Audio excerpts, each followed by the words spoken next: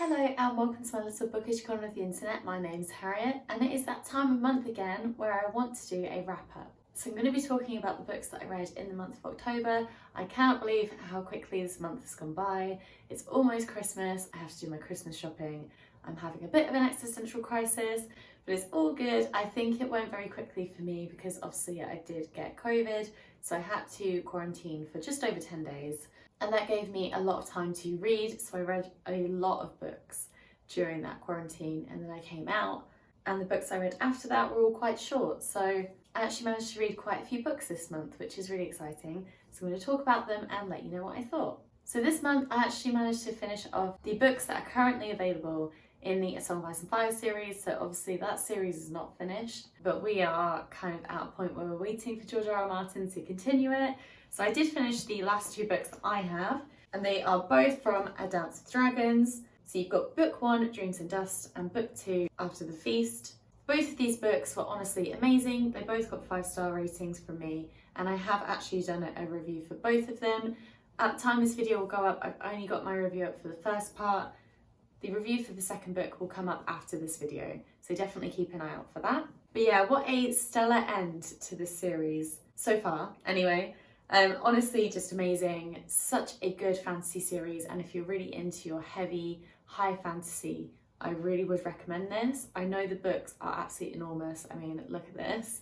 But once you get into it, you just get completely sucked into the world, and it is very easy to get through them. So yeah, definitely would recommend these. As I say, if you want to hear my more in-depth thoughts, I will leave the videos linked down below so you can check them out for my proper reviews of them.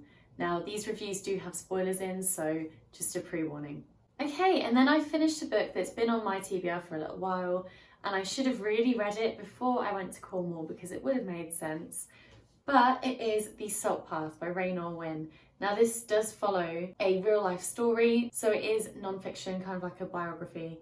I'm following a more mature couple, so you've got Raynor and her husband Moth, and it's about their relationship with each other when they find out that Moth has got a life-threatening disease, and they also become homeless at that time as well, so there's so much going on, and they decide to tackle the 630-mile coastal path from Somerset to Dorset via Devon and Cornwall. Now, me and my partner actually went wild camping along the Salt Path, not the whole way by any means. We did drive, we didn't walk, but we did wild camping, and it was such an experience. So reading this, I could really relate to it, and I recognised some of the places that they were talking about as well.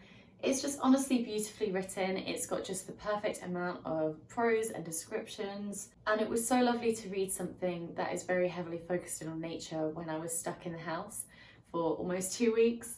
So I think I picked this up at the absolute perfect time for me, and it just felt very cozy. It's very emotional, so if you're not in the right place to read this, then definitely don't pick it up. But obviously we're focusing on a couple where one of them knows that they're going to die at some point. So yeah, it's not the easiest thing to read, but it is just really, really lovely, and I had a great time with it. And then we move on to a book that's been on my list for even longer than The Salt Path, and that is Normal People by Sally Rooney. Again, I've got a video coming up for this, so keep your eyes peeled for that.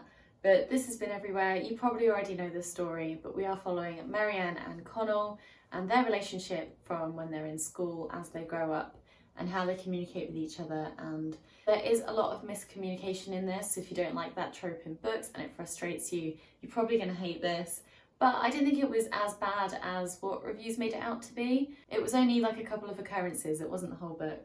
And this focuses in on a lot of mental health as well, and it talks about relationships with people and how we communicate and expectations from other people within society as well. So honestly, I did have a great time with it.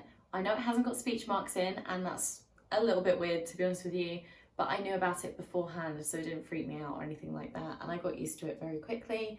I think it's very easy to read, and if you're interested in it, you're thinking about giving it a go, honestly just go for it. This actually ended up getting 4.5 stars from me. It wasn't my favourite ever book, so it couldn't get the 5, but I really truly did enjoy it. I thought it was really entertaining, and I read it very quickly because I just couldn't put it down. And then another absolutely brilliant book that I read this month was Lavinia by Ursula Le Guin.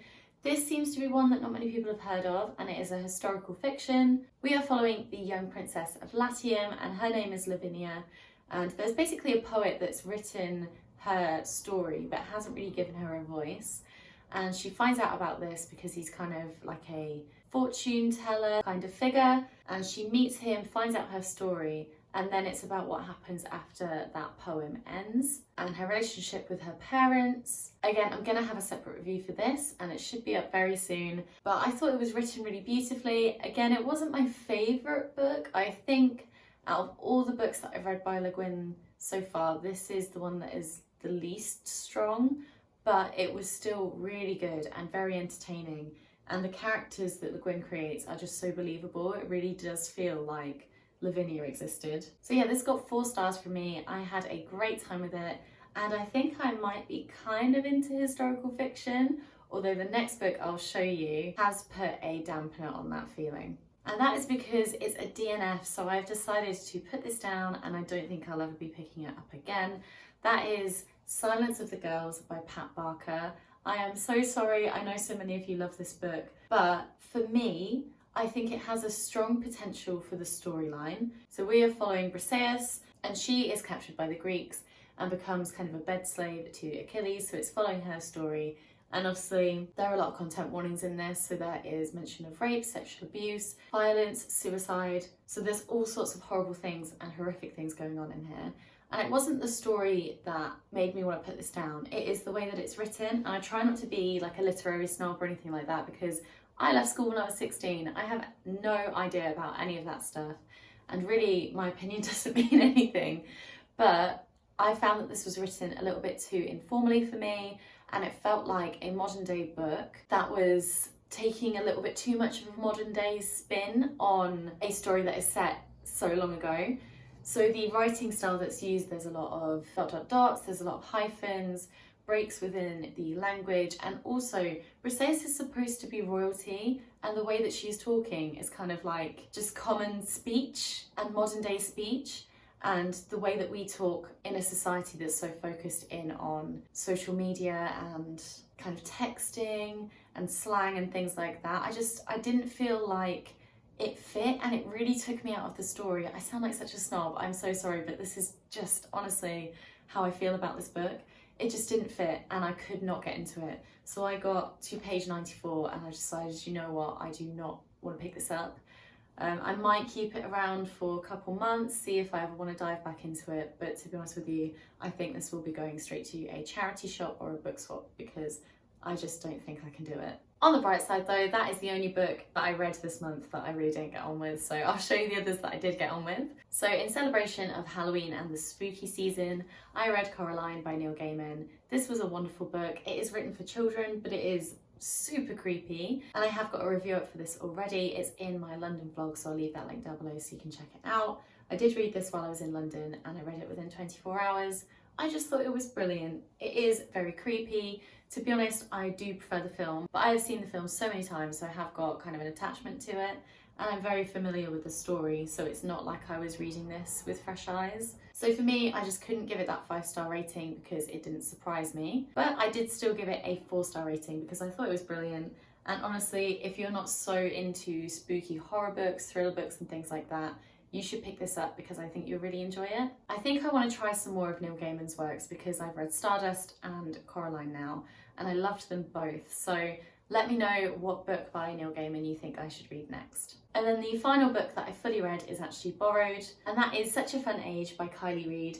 This surprised me. I wasn't sure if it was going to be my kind of thing. Obviously I stick more to fantasy and sci-fi and things like that, and this is definitely set in this modern day and following people that feel very realistic and like they could have actually existed. Now this book, so we are following Amira, and she's accused of kidnapping a child, but the child that she is with is actually the daughter that she looks after for a family. But because she is a black woman and she's walking around a supermarket with this white child, essentially she is accused of kidnapping, and it just blows up into this whole big thing. Although this does focus in a lot more on Amira's actual life, so it's not just about that event, there's other stuff going on as well. And it definitely heavily focuses in on racial biases, also on women that want to have children but also want to be successful and the struggles that they go through from that. It's almost as if when you have a kid, that's kind of it for you. It was just a really enjoyable and very thought-provoking read, and I think it's written really well as well.